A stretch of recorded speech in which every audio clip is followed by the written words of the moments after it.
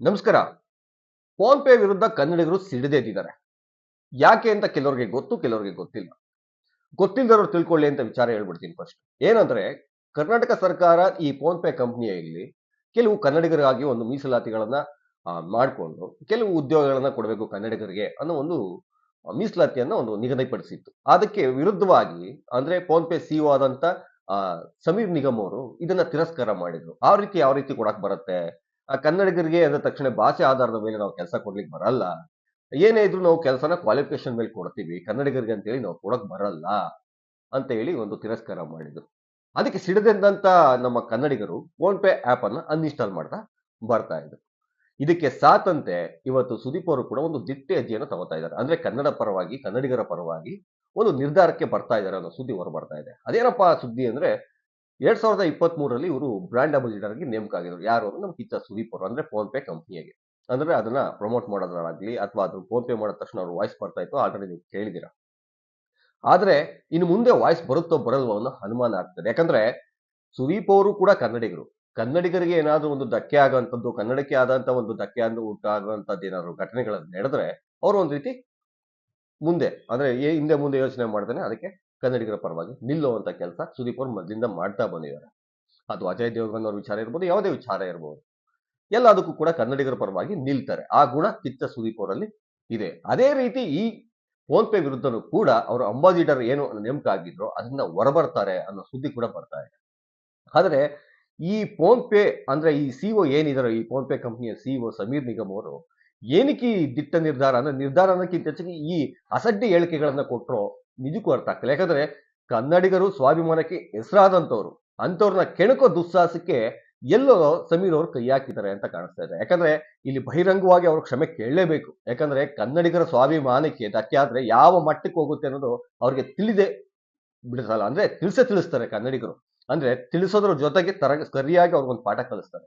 Already ಕರ್ನಾಟಕದಲ್ಲಿ ನಾವು ತಿಳಿದ ಮಟ್ಟಿಗೆ ಮಿನಿಮಮ್ ಇಲ್ಲ ಅಂದ್ರೆ 50ರಿಂದ 1 ಕೋಟಿ ಜನ, ಅಂದ್ರೆ 50 ಲಕ್ಷದಿಂದ 1 ಕೋಟಿ ತನಕ ಅನ್ಇನ್ಸ್ಟಾಲ್ ಮಾಡಿದ್ರೆ ಆಪ್ ಅನ್ನೋದು ತಿಳಿದು ಬರ್ತಾ ಇದೆ.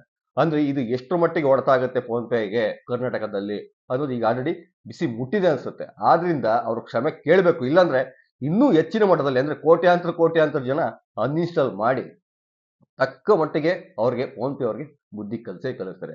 ದಯವಿಟ್ಟು ಅವ್ರು ಹೇಳಿಕೆ ಕೊಟ್ಟಿರೋದು ಏನಿದೆಯೋ ಅದನ್ನ ಹಿಂಪಡೆದು ಕನ್ನಡಿಗರ ಕ್ಷಮೆ ಕೇಳಬೇಕು ಅನ್ನೋದು ಎಲ್ಲ ಕನ್ನಡಿಗರ ಹೋರಾಟ ಆಗಿದೆ. ಆ ಹೋರಾಟದ ಜೊತೆಗೆ ಈಗ ದೊಡ್ಡ ಸಾಥ್ ಸಿಗ್ತಾ ಇದೆ ಸುದೀಪ್ ಅವ್ರದ್ದು ಕೂಡ.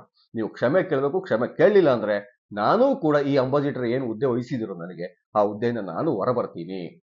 ಇಲ್ಲ ಅಂದ್ರೆ ನಾನು ನಿಜಕ್ಕೂ ನಿಮ್ಮ ಕಂಪ್ನಿಯಲ್ಲಿ ಯಾವುದೇ ಬ್ರ್ಯಾಂಡ್ ಅಂಬಾಸಿಡರ್ ಆಗಿ ಇರೋಲ್ಲ. ನನ್ನ ಧ್ವನಿಯನ್ನ ಫೋನ್ ಪೇ ಅಲ್ಲಿ ಉಪಯೋಗಿಸಬೇಡಿ ಅನ್ನೋ ಒಂದು ನಿರ್ಧಾರವನ್ನ ತಗೊಂಡು ಫೋನ್ ಪೇ ಸಿಇಒ ಆದಂತ ಸಮೀರ್ ನಿಗಮ್ ಅವ್ರಿಗೆ ಒಂದು ಮಾತುಕತೆ ನಡೆಸ್ತಾ ಇದ್ದಾರೆ ಅನ್ನೋ ವಿಚಾರ ಕೂಡ ಹೊರಗಡೆ ಬರ್ತಾ ಇದೆ. ಇದು ನಿಜಕ್ಕೂ ಹೆಮ್ಮೆ ಪಡ್ಬೇಕು. ಯಾಕಂದ್ರೆ ಕನ್ನಡಿಗರ ಸ್ವಾಭಿಮಾನಕ್ಕೆ ಧಕ್ಕೆ ಆದ್ರೆ ಪ್ರತಿಯೊಬ್ಬ ನಟರಾಗ್ಲಿ, ಯಾರೇ ರಾಜಕಾರಣಿ ಆಗಿರ್ಬೋದು ಅಥವಾ ಸೆಲೆಬ್ರಿಟಿ ಆಗಿರ್ಬೋದು, ಯಾವುದೇ ವ್ಯಕ್ತಿ ಆದ್ರೂ ಜೊತೆ ನಿಲ್ಬೇಕು.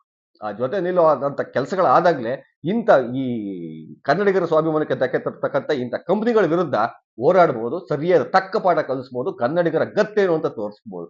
ಅದನ್ನ ಬಿಟ್ಬಿಟ್ಟು ಅವ್ರಿಗೆ ಸಾಥ್ ಕೊಟ್ಕೊಂಡು ಅಯ್ಯೋ ಯಾರಿಗೋ ಹೇಳಿದ್ರೆ ಬಿಡಾಕು, ನಾವೇನ್ ಫೋನ್ ಪೇಲಿ ಕೆಲಸ ಮಾಡ್ಬೇಕಾಯ್ತಾ, ಹಾಗೆ ಹೀಗೆ ನಮ್ಗೇನು ಒಂದು ಫೋನ್ ಪೇ ಅಂದ್ರೆ ಈಸಿಯಾಗಿ ಒಂದು ಪೇ ಮಾಡ್ಕೊಂಡು ಹೆಂಗೋ ಒಂದು ವಹಿವಾಟು ಮಾಡ್ಕೊಂಡು ಇದ್ರೆ ಸಾಕು ಅನ್ನೋರ್ಗೇನು ಬುದ್ಧಿ ಹೇಳಕ್ ಬರಲ್ಲ. ಯಾಕಂದ್ರೆ ಅವರು ಕನ್ನಡಿಗರು ಅನ್ಸ್ಕೊಳ್ಳೋದಕ್ಕಿಂತ ಕಿಡಿಗೇಡಿಗಳು ಅನ್ಸ್ಕೊಂಡ್ಬಿಡ್ತಾರೆ. ಯಾಕಂದ್ರೆ ಕನ್ನಡಿಗರಿಗೆ ಸಾಥ್ ಕೊಡ್ಬೇಕು. ಅಂದ್ರೆ ಕನ್ನಡಕ್ಕೆ ಧಕ್ಕೆ ಆದಾಗ ಜೊತೆ ನಿಲ್ಬೇಕು. ಇಂಥ ಕಂಪ್ನಿಗಳ ವಿರುದ್ಧ ಹೋರಾಡ್ಬೇಕು. ಯಾಕೆ ಕನ್ನಡಿಗರಿಗೆ ಏನ್ ಕೆಪಾಸಿಟಿ ಇಲ್ವಾ ಹಾಗಾದ್ರೆ? ಅಂದ್ರೆ ಕನ್ನಡ ಭಾಷೆ ಗೊತ್ತಿರೋರು ಅಂದ್ರೆ ಅಸಡ್ಡಿನ ಅಂದ್ರೆ ಬೇರೆ ಭಾಷೆಗಳಿಗೆಲ್ಲ ಕೊಡ್ಬೋದು, ನೀವು ಕನ್ನಡಿಗರಿಗೆ ಕೊಡೋಕೆ ಯಾಕೆ ಬರಲ್ಲ ಅಂತ ಕೇಳ್ತಾರೆ. ಯಾಕಂದ್ರೆ ಹಿಂದಿಯವರು ಕೊಡ್ತೀರಿ, ನಾರ್ತ್ ಇಂಡಿಯನ್ ಅಂದ ತಕ್ಷಣ ಕರ್ನಾಟಕದಲ್ಲಿ ಬಂದು ಕಂಪ್ನಿಗಳ ಕೆಲಸಕ್ಕೆ ಸೇರ್ಸ್ಕೊಂತಾರೆ, ಅವ್ರವ್ರನ್ನೇ ಸಿಇಒಗಳು ಮಾಡ್ತಾರೆ. ಕನ್ನಡ ಗೊತ್ತಿಲ್ಲ ಅಂದ್ರೂ ಬ್ಯಾಂಕ್ಗಳಲ್ಲಿ ಹುದ್ದೆಗಳಲ್ಲಿ ಕೆಲಸ ಕೊಡ್ತಾರೆ. ಆದ್ರೆ ಕನ್ನಡಿಗರಿಗೆ ಯಾಕೆ ಕೊಡಲ್ಲ? ಕನ್ನಡಿಗರ ಭಾಷೆ ಇಂಪಾರ್ಟೆಂಟ್. ಯಾಕಂದ್ರೆ ಕನ್ನಡಿಗರ ಜೊತೆ ವಹಿವಾಟು ಮಾಡಕ್ಕೆ ಈಸಿ ಆಗುತ್ತೆ. ಎಷ್ಟೋ ಜನಕ್ಕೆ ಹಿಂದಿ ಬರಲ್ಲ, ಇಂಗ್ಲಿಷ್ ಬರಲ್ಲ. ಬ್ಯಾಂಕ್ಗಳಿಗೆ ಹೋಗ್ತಾರೆ, ಅಲ್ಲಿ ಪೇಚಾಡ್ಕೊಂಡು ಬರ್ತಾರೆ. ಯಾವ್ದೋ ಕಂಪ್ನಿಗೆ ಹೋಗ್ತಾರೆ ಬರ್ತಾರೆ. ಯಾವ್ದೋ ಒಂದು ಕಾಲ್ ಸೆಂಟರ್ಗೆ ಹೋಯ್ತು ಅಂದ್ರು, ಯಾವ್ದೋ ಒಂದು ಕಾಲ್ ಸೆಂಟರ್ ಫೋನ್ ಮಾಡಿದ್ರು ಕನ್ನಡ ಮಾಲೂಮ್ ಇಲ್ಲ. ಯಾಕೆ ಈ ತರ? ಕನ್ನಡದಲ್ಲಿ ನೀವು ಬಿಸ್ನೆಸ್ ಮಾಡ್ತೀರಾ ಅಂದ್ರೆ ಕನ್ನಡಿಗರಿಗೆ ನೀವು ಜಾಬ್ಗಳನ್ನ ಕೊಡ್ಲಿಲ್ಲ ಅಂದ್ಮೇಲೆ, ಕೆಲಸಗಳನ್ನ ಕೊಡ್ಲಿಲ್ಲ ಅಂದ್ಮೇಲೆ ಏನಕ್ಕೆ ಮಾಡ್ತೀರಾ ಕರ್ನಾಟಕದಲ್ಲಿ ಬಿಸ್ನೆಸ್ ನ? ಇದು ಅರ್ಥ ಆಗ್ತಿಲ್ಲ. ಇದ್ರ ಪ್ರಕಾರ ಬರೀ ಸುದೀಪ್ ಅವರಂತಲ್ಲ, ಬರೀ ಕನ್ನಡಿಗರಂತಲ್ಲ, ರಾಜಕೀಯ ಅಂದ್ರೆ ನಮ್ಮ ಸರ್ಕಾರನೂ ಕೂಡ ಇದಕ್ಕೆ ಸಪೋರ್ಟ್ ಆಗಿ ನಿಲ್ಬೇಕು.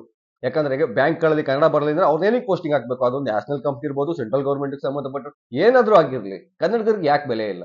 ಕನ್ನಡದಲ್ಲಿ ವಹಿವಾಟು ಮಾಡೋದು ಅದಕ್ಕೆ ಅಂದ್ರೆ ಕ್ವಾಲಿಫಿಕೇಶನ್ ಇಲ್ವಾ? ಕನ್ನಡದಲ್ಲಿ ಯಾರು ಅಷ್ಟು ಓದಿರೋರು ಇಲ್ವಾ? ಏನು ಬಿಸ್ನೆಸ್ ಮಾಡೋ ಅಂಥವ್ರು ಇಲ್ವಾ? ಎಷ್ಟು ಜನ ಇಲ್ಲ ನಮ್ಮ ಕನ್ನಡದಲ್ಲಿ ಸಾಧಕರು. ಅಂಥವ್ರಿಗೆಲ್ಲ ಅವಮಾನ ಮಾಡ್ದಂಗೆ ಇವರು ಸಮೀರಾ ನಿಗಮ್ ಅವರು. ಅಂದ್ರೆ ಕೆಪಾಸಿಟಿ ಇಲ್ಲ ಕನ್ನಡಿಗರಿಗೆ ಅನ್ನೋ ರೀತಿ.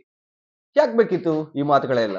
ದಯವಿಟ್ಟು ನಾವು ಕೇಳೋದಿಷ್ಟೇನೆ, ಕ್ಷಮೆ ಕೇಳಿ ಬಹಿರಂಗವಾಗಿ ಕ್ಷಮೆ ಕೇಳಬೇಕು. ಇದು ದಯವಿಟ್ಟು ಅಂತ ನಾವು ಪ್ಲೀಸ್ ಅಂತಾನು ಕೇಳಬಾರ್ದು. ಯಾಕಂದ್ರೆ ಇದು ಎಚ್ಚರಿಸ್ಬೇಕು ಅವ್ರಿಗೆ. ಅಂದ್ರೆ ಎಚ್ಚರಿಕೆಯಿಂದನೇ ನಾನು ಹೇಳ್ತಾ ಇರೋದು, ಇದು ವಾರ್ನಿಂಗೇ ಕೊಡ್ತಾ ಇರೋದು ಅಂತಾನೆ ತಿಳ್ಕೊಬೇಕು. ಯಾಕಂದ್ರೆ ವಾರ್ನಿಂಗ್ ಕೊಡ್ಬೇಕಂತವ್ರಿಗೆಲ್ಲ. ದಯವಿಟ್ಟು ಇದಕ್ಕೆ ಕ್ಷಮೆ ಕೇಳಿ ಅಂತ ಕೇಳೋದಕ್ಕಿಂತ ಇದು ಕೊನೆಯ ಅವಕಾಶ, ನಿಮಗೆ ಕೊನೆ ಅವಕಾಶ. ದಯವಿಟ್ಟು ಕ್ಷಮೆ ಕೇಳ್ದೇನೆ ಸುಮ್ಮನೆ ಮೊಂಡುತನ ತೋರಿಸಿ ಮತ್ತೆ ಇನ್ನಷ್ಟು ಫೋನ್ ಪೇಲಿ ಹೊಡೆತ ತಗೊಳಕ್ ಹೋಗ್ಬೇಡಿ. ನಿಮ್ ಬಿಸ್ನೆಸ್ಗೂ ಕಷ್ಟನೇ, ಕನ್ನಡಿಗರ ಸ್ವಾಭಿಮಾನನ ಹೇಳಿಸ್ಬೇಡಿ ಅಂತ ಹೇಳ್ತಾ ಇದ್ದೀನಿ.